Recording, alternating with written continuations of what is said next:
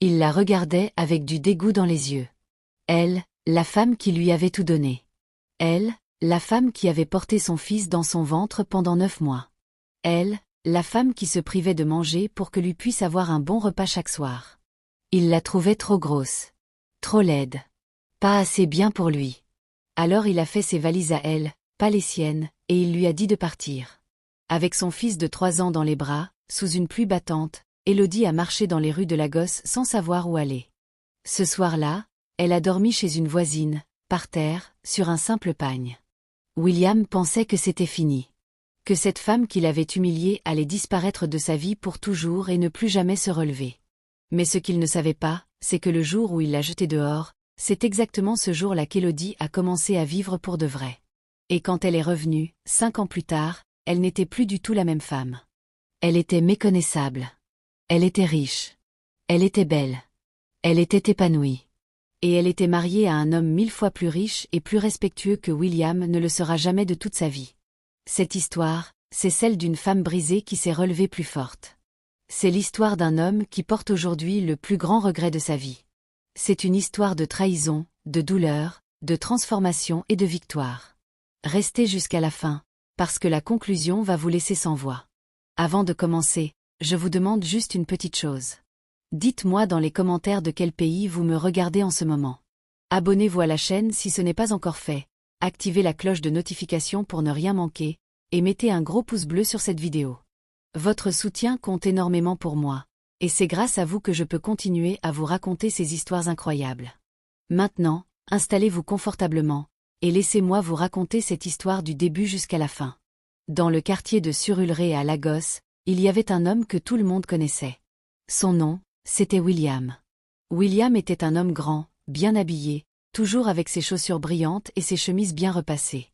Il travaillait dans une entreprise de pétrole comme cadre moyen, et il gagnait bien sa vie. William avait tout pour être heureux. Il avait une maison, une voiture, un bon salaire, et surtout, il avait une femme qu'il aimait plus que tout au monde. Cette femme, c'était Élodie. Élodie et William s'étaient rencontrés 5 ans plus tôt, dans une église du quartier. Élodie était alors une jeune femme mince, belle, souriante, avec un visage doux et des yeux qui brillaient chaque fois qu'elle regardait William. William était tombé amoureux d'elle dès le premier regard. Il l'avait courtisée pendant 6 mois, il lui avait fait des promesses, il lui avait dit qu'elle était la femme de sa vie, qu'il ne la quitterait jamais, qu'il la protégerait toujours. Élodie, avec son cœur pur, avait cru chaque mot. Ils s'étaient mariés dans une belle cérémonie, entourés de leur famille et de leurs amis, et tout le monde disait que c'était le couple parfait. Les 2 premières années de leur mariage avaient été magnifiques. William rentrait tôt à la maison, Élodie lui préparait ses plats préférés, ils riaient ensemble, ils regardaient des films ensemble, ils faisaient des projets ensemble. Élodie était une femme au foyer dévouée. Elle ne travaillait pas, parce que William lui avait dit qu'il gagnerait assez d'argent pour 2, qu'elle n'avait pas besoin de travailler, qu'elle devait juste s'occuper de la maison et de leur futur enfant. Élodie avait accepté cette vie sans se poser de questions, parce qu'elle avait confiance en son mari et parce qu'elle croyait que leur amour durerait pour toujours. Et puis, Élodie est tombée enceinte. C'était le plus beau jour de leur vie. William était tellement content qu'il avait organisé une fête pour annoncer la nouvelle à toute la famille. Pendant la grossesse, Élodie a commencé à prendre du poids. C'est normal, c'est ce qui arrive à beaucoup de femmes enceintes. Elle mangeait plus, elle avait des envies, son corps changeait. William ne disait rien à cette époque. Il souriait et lui disait que tout irait bien après l'accouchement. Il lui frottait le ventre le soir et il parlait au bébé. C'étaient des moments tendres, des moments qu'Élodie garderait dans sa mémoire comme les derniers vrais moments de bonheur avec cet homme. Quand le petit Junior est né, c'était un bébé magnifique. Il avait les yeux de sa mère et le sourire de son père. Élodie était la mère la plus heureuse du monde. Elle passait toutes ses journées avec son fils, elle le nourrissait, elle le portait, elle chantait pour lui. Mais le problème, c'est que le poids qu'elle avait pris pendant la grossesse ne partait pas. Au contraire, il augmentait. Élodie mangeait par stress, par fatigue, par ennui aussi.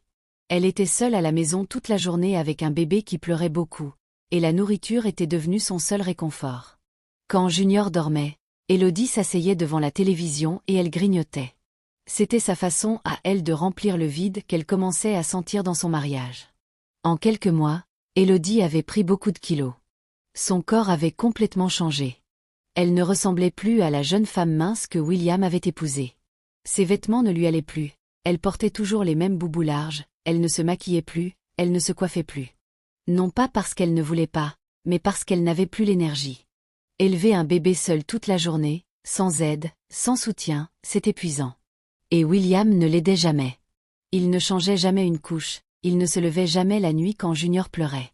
Pour William, c'était le travail de la femme. Et c'est là que les problèmes ont commencé. William a commencé à regarder sa femme différemment. Au début, c'était des petites remarques. Il disait des choses comme tu ne veux pas faire un peu de sport, ou bien tu as encore pris du poids non. Élodie ne disait rien, elle baissait la tête et elle essayait de sourire. Mais à l'intérieur, chaque mot la blessait comme un couteau. Elle savait qu'elle avait grossi, elle le voyait dans le miroir chaque matin, et elle n'avait pas besoin que son mari le lui rappelle. Mais William ne s'est pas arrêté aux remarques. Petit à petit, il a commencé à changer complètement. Il rentrait tard le soir, parfois après minuit. Quand Élodie lui demandait où il était, il s'énervait et lui disait de ne pas poser de questions. Il ne mangeait plus à la maison, il disait que la nourriture d'Élodie était trop grasse, trop lourde. Il ne la touchait plus, il ne la regardait plus, il dormait dans le salon et il disait que c'était parce qu'Élodie ronflait. Parfois, quand il croyait qu'Élodie ne le voyait pas, il passait des heures au téléphone, il riait, il parlait doucement, il envoyait des messages. Et quand Élodie passait près de lui, il cachait son téléphone comme un enfant pris en faute. Élodie souffrait en silence. Elle pleurait la nuit quand William dormait. Elle priait Dieu de lui donner la force de supporter tout cela. Elle se disait que c'était juste une mauvaise phase, que son mari allait revenir à la raison, que tout allait redevenir comme avant. Mais elle se trompait. Elle se trompait terriblement. Un jour, la voisine d'Élodie, une femme qui s'appelait Maman Graisse, est venue lui rendre visite. Maman Graisse était une femme directe, qui ne tournait pas autour du pot. C'était une femme d'un certain âge qui avait vu beaucoup de choses dans sa vie et qui n'avait pas peur de dire la vérité. Elle s'est assise dans le salon, elle a regardé Élodie dans les yeux, et elle lui a dit « Ma fille, je ne sais pas comment te dire ça, mais ton mari a une autre femme. » Élodie a senti son cœur s'arrêter. Elle a dit « Ce n'est pas possible, William ne ferait jamais ça. » Maman Graisse a secoué la tête et elle a dit « Ma fille, tout le quartier le sait. Il se promène avec elle en voiture, il l'emmène dans les restaurants, il lui a même loué un appartement à Victoria Island. Cette femme s'appelle Daniela, c'est une jeune femme de 24 ans, mince, grande, bien maquillée.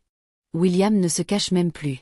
Tout le monde vous regarde avec pitié ma fille, et moi je ne peux plus me taire. » Élodie est restée assise sans bouger pendant longtemps après le départ de Maman Graisse. Elle ne pouvait pas pleurer, elle ne pouvait pas crier, elle ne pouvait rien faire.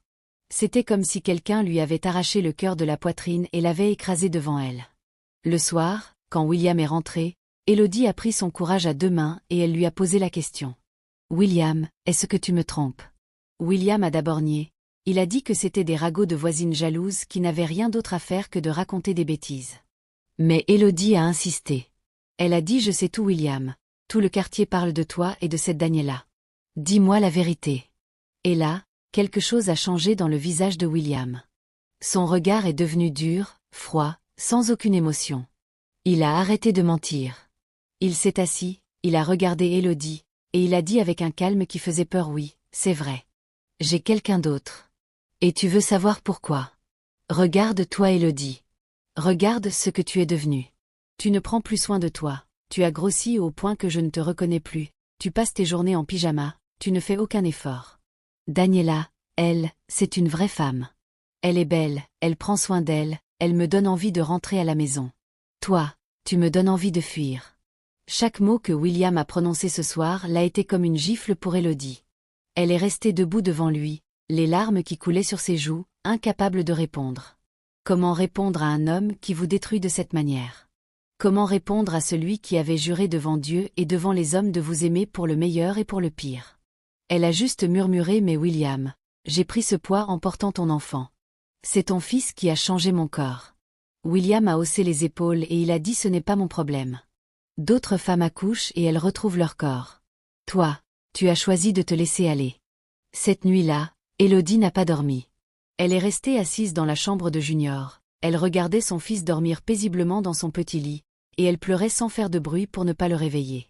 Elle se demandait ce qu'elle avait fait de mal, pourquoi Dieu la punissait comme ça, pourquoi l'homme qu'elle aimait la traitait de cette manière. Elle se souvenait de leur mariage, des promesses, des rires, de l'époque où William la regardait comme si elle était la plus belle femme du monde. Où était passé cet homme-là?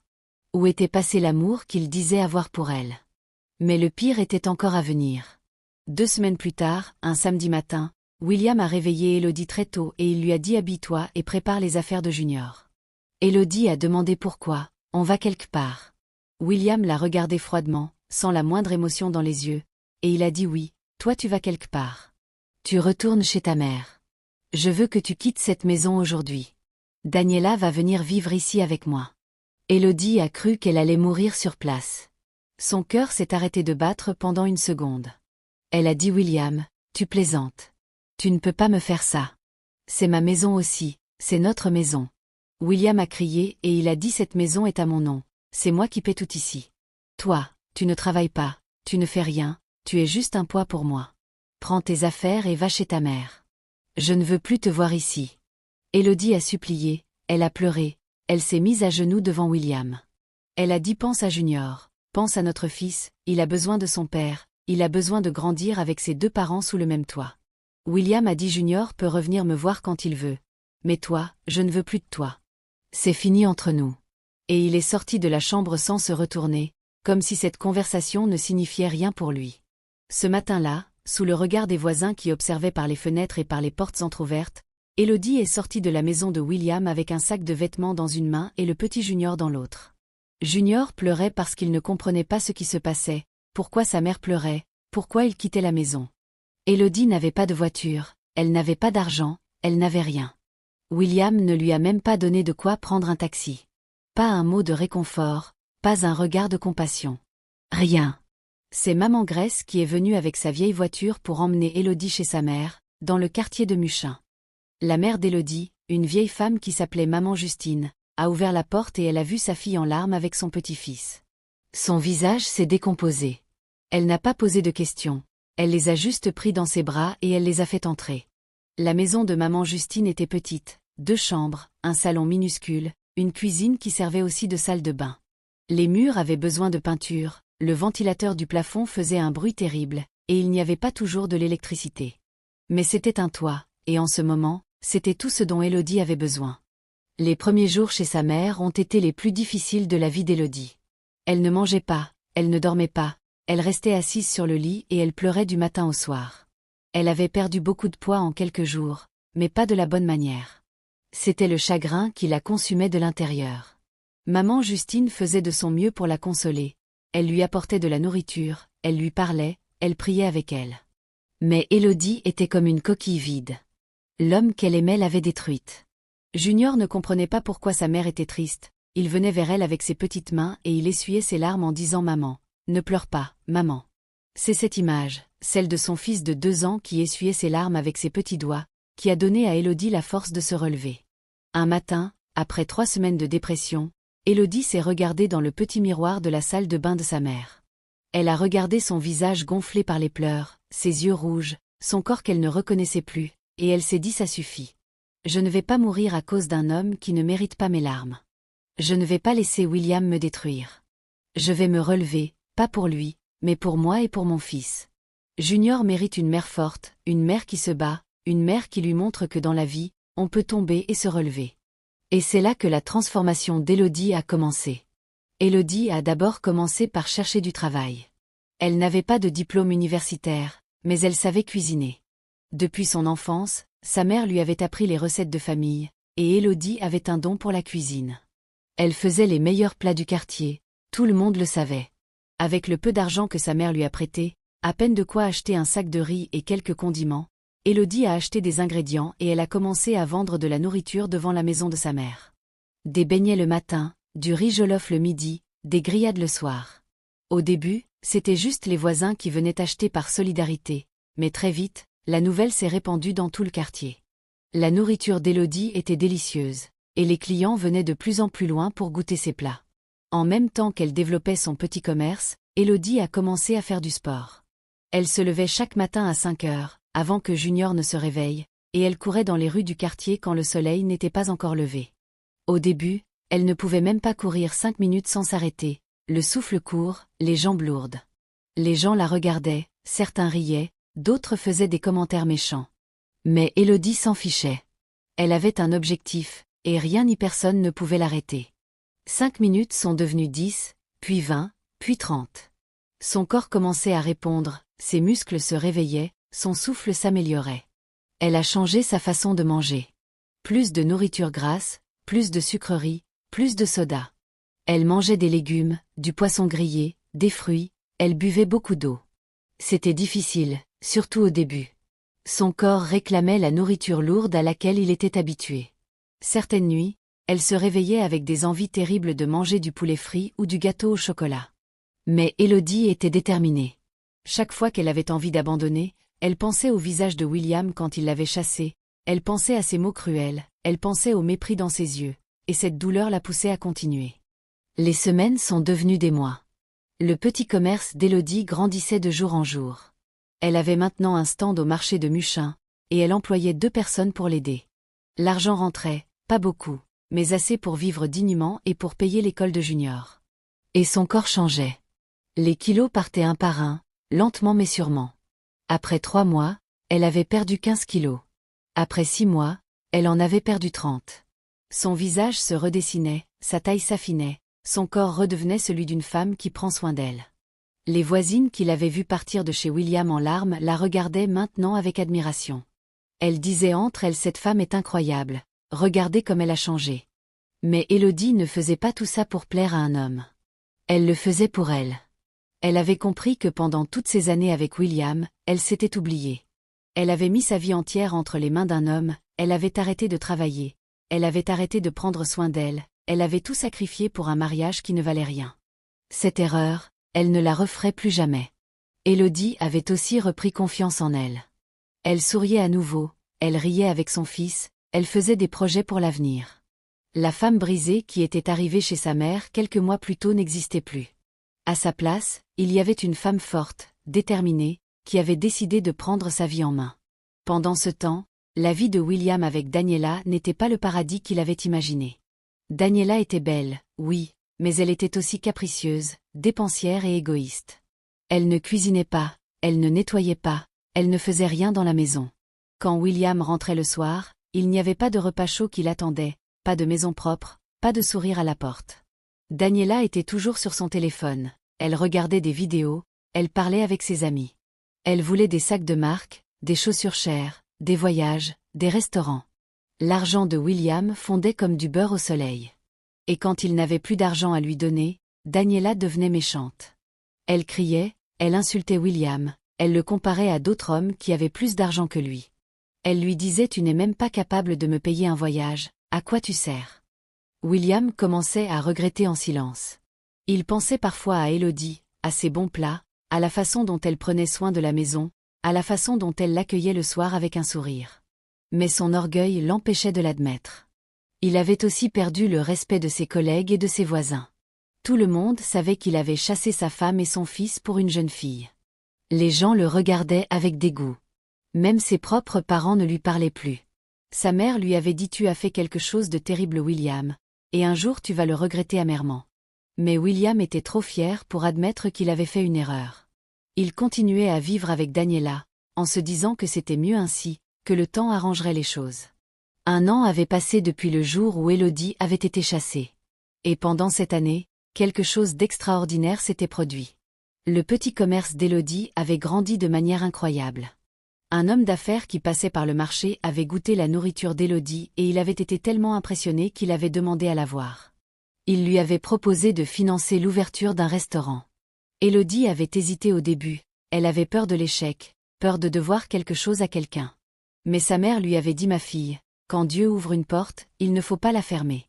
Élodie avait accepté, et en quelques mois, son restaurant était devenu l'un des plus populaires du quartier. Les gens faisaient la queue pour manger chez elle. Sa nourriture avait quelque chose de spécial, un goût qui venait du cœur. Et c'est dans ce restaurant qu'Élodie a rencontré l'homme qui allait changer sa vie pour toujours. Il s'appelait Richard. Richard était un homme d'affaires prospère, propriétaire de plusieurs entreprises dans le domaine de la technologie et de l'immobilier. C'était un homme calme, posé, intelligent, qui avait fait sa fortune par son travail acharné et son intelligence. Il avait 42 ans, il était grand, avec un sourire chaleureux et des mains solides. Richard était venu manger dans le restaurant d'Élodie sur recommandation d'un ami, et dès qu'il a vu Élodie, quelque chose s'est passé dans son cœur. Élodie, à ce moment-là, avait complètement changé. Elle avait perdu tout le poids, elle était mince, en forme, radieuse. Mais ce n'était pas juste son physique qui avait changé. C'était toute sa personne. Elle marchait avec confiance, elle parlait avec assurance, elle avait cette lumière dans les yeux que seules les femmes qui ont traversé le feu et qui en sont sorties plus fortes peuvent avoir. Elle portait un simple vêtement ce jour-là, mais elle avait une beauté naturelle qui ne pouvait pas passer inaperçue. Richard n'a pas approché Élodie comme les autres hommes le faisaient. Il n'a pas fait de commentaires sur son physique, il n'a pas essayé de l'impressionner avec son argent ou avec ses voitures. Il est venu, il s'est assis, il a mangé, et il a dit simplement cette nourriture est extraordinaire. Vous avez un vrai talent. Élodie l'a remercié avec un sourire, et c'est tout. Richard est revenu le lendemain, puis le surlendemain, puis tous les jours de la semaine. Chaque fois, il commandait un plat différent, et chaque fois, il faisait un petit commentaire gentil à Élodie. Pas sur son corps, pas sur son visage, mais sur sa cuisine, sur son travail, sur son sourire.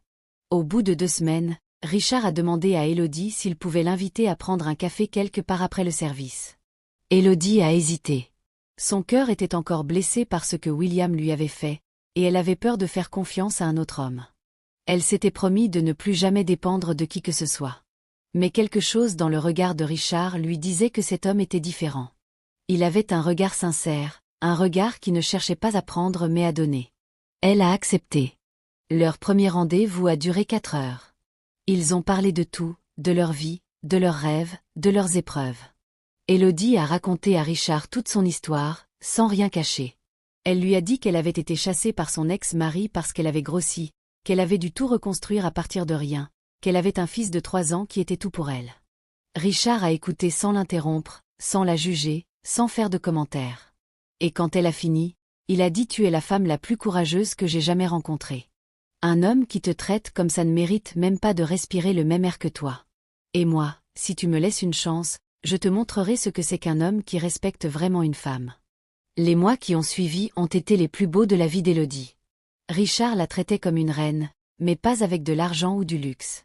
Il la traitait avec du respect, de l'attention, de la tendresse. Il l'appelait chaque matin pour lui souhaiter une bonne journée. Il passait la chercher le soir après le travail. Il lui demandait comment s'était passée sa journée, et il écoutait vraiment quand elle répondait. Il ne regardait pas son passé, il ne regardait pas son poids d'avant, il regardait la femme incroyable qu'elle était devenue. Il adorait Junior, il jouait avec lui pendant des heures, il l'emmenait au parc, il lui achetait des jouets, il le traitait comme son propre fils. Junior l'appelait tonton Richard, et chaque fois, le visage de Richard s'illuminait de bonheur. Richard a aussi aidé Élodie à développer son entreprise. Pas en lui donnant de l'argent, parce qu'Élodie refusait la charité. Elle avait appris à gagner son propre argent et elle en était fière. Il l'a aidée avec des conseils, des contacts, des stratégies. Grâce à lui, Élodie a ouvert un 2e restaurant, puis un 3e. Elle avait maintenant une chaîne de restaurants qui marchait très bien. Et elle gagnait plus d'argent que William n'avait jamais gagné dans toute sa vie. Un soir, après un dîner dans un grand hôtel de Lagos, avec vue sur la mer, Richard a mis un genou à terre devant Élodie et il a sorti une petite boîte avec une bague magnifique. Il lui a demandé de l'épouser. Élodie a pleuré, mais cette fois, c'était des larmes de joie, des larmes de bonheur, des larmes de gratitude envers Dieu qui lui avait envoyé cet homme après tant de souffrance. Elle a dit oui. Le mariage a été célébré dans l'un des plus beaux hôtels de la ville, avec 300 invités, des fleurs partout, de la musique, de la danse. Élodie portait une robe blanche magnifique, et elle brillait comme une étoile. Junior, habillé en petit costume avec un nœud papillon, portait les alliances sur un petit coussin. Maman Justine, assise au premier rang dans sa plus belle robe, pleurait de joie en voyant sa fille enfin heureuse. Après le mariage, Richard a emmené Élodie et Junior vivre dans sa grande maison à Ikoyi, l'un des quartiers les plus riches de Lagos. C'était une maison avec 6 chambres, une piscine, un jardin immense avec des arbres et des fleurs, des domestiques qui s'occupaient de tout. Junior avait sa propre chambre de jeu avec tous les jouets qu'un enfant pouvait rêver. Élodie avait un dressing rempli de beaux vêtements, de belles chaussures, de bijoux. Mais ce qui rendait Élodie heureuse, ce n'était pas l'argent ni le luxe. C'était l'amour. Richard l'aimait sincèrement, il la respectait, il la valorisait. Il ne l'avait jamais regardée avec mépris, il ne lui avait jamais fait de remarques blessantes, il ne l'avait jamais fait se sentir inférieure. Chaque matin, il la regardait et il lui disait « Tu es magnifique ». Et Élodie savait qu'il le pensait vraiment. Maintenant, revenons à William. La vie de William était devenue un désastre total. Daniela l'avait quitté 6 mois après être venue vivre avec lui. Elle avait rencontré un homme plus riche lors d'une soirée, et elle était partie le lendemain matin sans même dire au revoir. Elle avait pris ses affaires et elle avait disparu, comme si William n'avait jamais existé. William s'était retrouvé seul dans sa maison vide, sans femme, sans fils, sans personne. La maison qui était autrefois remplie de rires et de l'odeur de la bonne cuisine d'Élodie était maintenant froide et silencieuse. Il avait aussi des problèmes au travail. Son entreprise avait fait des réductions de personnel, et William faisait partie de ceux qui avaient été licenciés. Du jour au lendemain, il s'était retrouvé sans emploi et sans revenu. William avait essayé d'appeler Élodie plusieurs fois, mais elle ne répondait jamais. Il avait envoyé des messages, mais elle ne lisait même pas. Il avait essayé de passer chez maman Justine, mais la vieille femme l'avait reçu à la porte avec un visage de pierre et elle lui avait dit de ne plus jamais mettre les pieds chez elle. « Tu as brisé ma fille », avait dit maman Justine en le regardant droit dans les yeux, « et maintenant tu veux revenir. C'est trop tard William, c'est trop tard. Va vivre avec les conséquences de tes actes. » William ne savait même pas qu'Élodie s'était remariée. Il pensait qu'elle était toujours chez sa mère, qu'elle l'attendait peut-être encore, qu'elle pleurait encore pour lui. Dans sa tête, il se disait qu'il suffisait de s'excuser et que tout redeviendrait comme avant. Mais la vie ne fonctionne pas comme ça. Les gens changent, les cœurs guérissent, et parfois, quand on ferme une porte, elle ne se rouvre plus jamais. Le jour où William a découvert la vérité, c'est un jour qu'il n'oubliera jamais de sa vie. C'était un dimanche matin. William marchait dans les rues de Victoria Island, il cherchait du travail, n'importe quoi qui pourrait lui donner un peu d'argent pour payer son loyer. Et c'est là qu'il a vu quelque chose qui l'a arrêté net. Devant un grand restaurant élégant, il y avait une affiche avec la photo d'une femme magnifique. Cette femme souriait, elle portait un beau vêtement, et sous sa photo, il y avait écrit Élodie, fondatrice de la chaîne de restaurants Saveur d'Élodie. William a regardé cette photo pendant 5 minutes sans bouger, la bouche ouverte. C'était bien Élodie. Sa Élodie. La femme qu'il avait chassée. Mais elle était transformée. Elle était mince, belle, radieuse, et visiblement, elle avait réussi dans la vie au-delà de tout ce qu'il aurait pu imaginer. Le cœur de William s'est mis à battre très fort.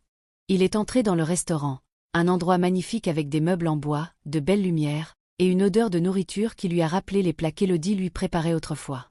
Il a demandé à voir la patronne. La serveuse lui a dit que Madame Élodie n'était pas là aujourd'hui, qu'elle était avec son mari. William a senti ses jambes trembler. Il a dit son mari. La serveuse a souri et a dit oui, Monsieur Richard, son mari. Ils sont partis en voyage ce week-end. Vous voulez laisser un message. William est sorti du restaurant et il s'est assis sur le trottoir. Ses jambes ne le portaient plus. Élodie était mariée. Élodie avait un restaurant. Élodie avait réussi. Et lui, William, il n'avait plus rien. Absolument rien. Il s'est mis à pleurer là, sur le trottoir de Victoria Island, comme un enfant perdu. Les gens passaient à côté de lui sans s'arrêter, et lui, il pleurait toutes les larmes de son corps en réalisant l'ampleur de sa bêtise. Dans les jours qui ont suivi, William a fait des recherches sur le nouveau mari d'Élodie. Quand il a découvert que Richard était un multimillionnaire, propriétaire de plusieurs entreprises, il a senti son estomac se retourner et son monde s'écrouler définitivement. L'homme qui avait épousé Élodie n'était pas juste riche, il était puissant, respecté, influent. C'était tout ce que William n'avait jamais été et ne serait jamais. Et cet homme aimait Élodie, il la traitait bien, il élevait Junior comme son propre fils. William avait été remplacé, complètement, totalement, définitivement. William a essayé une dernière fois de contacter Élodie. Il est allé devant son restaurant et il a attendu pendant des heures, assis sur un banc en face, comme un homme qui n'a plus rien à perdre. Quand Élodie est arrivée, dans une belle voiture avec chauffeur, habillée élégamment, le visage serein et heureux, William s'est avancé vers elle. « Élodie », il a dit d'une voix qui tremblait, « je t'en supplie, écoute-moi. » Élodie l'a regardé, et pendant un instant, William a vu passer dans ses yeux toute la douleur qu'il lui avait causée, toute la souffrance, toutes les larmes. Mais Élodie n'a pas pleuré. Elle n'a pas crié. Elle était calme, forte, maîtresse d'elle-même. Elle a juste dit William, tu m'as jeté dehors comme un déchet. Tu m'as humilié devant tout le quartier. Tu as abandonné ton fils. Et maintenant que j'ai réussi, tu reviens. C'est trop tard. J'ai un homme qui m'aime pour ce que je suis, pas pour ce que je pèse. Junior a un père maintenant, un vrai père qui est là pour lui tous les jours. Toi, tu n'es plus rien pour nous. William a voulu parler, il a ouvert la bouche pour dire quelque chose, mais Élodie a levé la main et elle a dit la seule chose que je veux de toi, c'est que tu signes les papiers du divorce. Mon avocat te les enverra. Après ça, je ne veux plus jamais te voir. Et elle est entrée dans son restaurant sans se retourner. La porte s'est fermée derrière elle, et avec cette porte, c'est toute une partie de la vie de William qui s'est fermée aussi. William est resté planté là, debout, les bras le long du corps, le visage mouillé de larmes. Il a compris à ce moment-là qu'il avait perdu la meilleure chose qui lui était arrivée dans sa vie. Il avait eu une femme qu'il aimait de tout son cœur, qui avait porté son enfant, qui avait sacrifié sa jeunesse et son corps pour leur famille. Et il l'avait jetée comme si elle ne valait rien, juste parce qu'elle avait pris du poids. Juste parce que son corps avait changé. Juste parce qu'il était trop bête, trop aveugle, trop orgueilleux pour voir la valeur de ce qu'il avait entre les mains. Les mois ont passé. Élodie a obtenu le divorce et elle a refait sa vie complètement. Richard a adopté légalement Junior, et le petit garçon porte maintenant le nom de son nouveau père. Élodie a ouvert 5 restaurants à travers la Gosse, elle emploie plus de 50 personnes, et elle est devenue une femme d'affaires respectée dans toute la ville. Elle donne aussi des conférences pour les femmes qui traversent des moments difficiles, et elle raconte toujours son histoire pour les inspirer. Elle leur dit: ne laissez jamais un homme définir votre valeur. Votre corps peut changer, votre poids peut changer, mais votre valeur en tant que femme ne change jamais. Si un homme ne voit pas votre valeur, ce n'est pas vous le problème, c'est lui. Quant à William, il vit seul dans un petit studio à Ikorodu. Il a fini par trouver un petit emploi dans une boutique, mais il gagne à peine de quoi payer son loyer. Il n'a pas de femme, pas d'amis, pas de famille autour de lui. Ses parents lui parlent à peine, ses anciens amis l'ont abandonné. Chaque soir, avant de dormir, il pense à Élodie. Il pense à ce qu'il a perdu. Il pense à ce qu'il aurait pu avoir s'il avait été un meilleur homme, un meilleur mari, un meilleur père. Et chaque soir, il se dit la même chose: si seulement je pouvais revenir en arrière. Mais personne ne peut revenir en arrière. Mais dans la vie, il n'y a pas de retour en arrière. Les erreurs que nous faisons, nous devons vivre avec, pour toujours. Et les personnes que nous blessons ne sont pas obligées de nous pardonner. Voilà, mes amis, c'est la fin de cette histoire, et je vais maintenant vous donner mon analyse personnelle.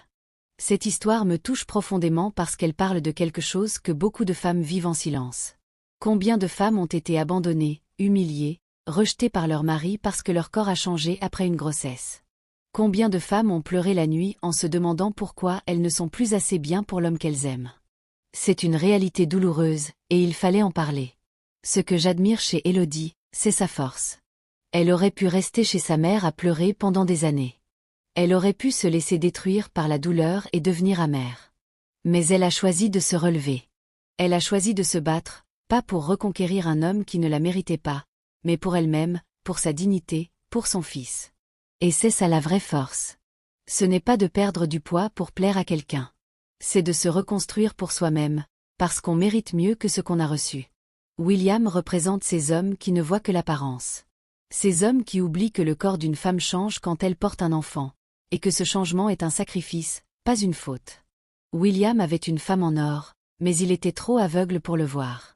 Il a couru derrière une illusion, derrière la beauté physique, et il a perdu ce qui compte vraiment, l'amour sincère, la loyauté, la famille.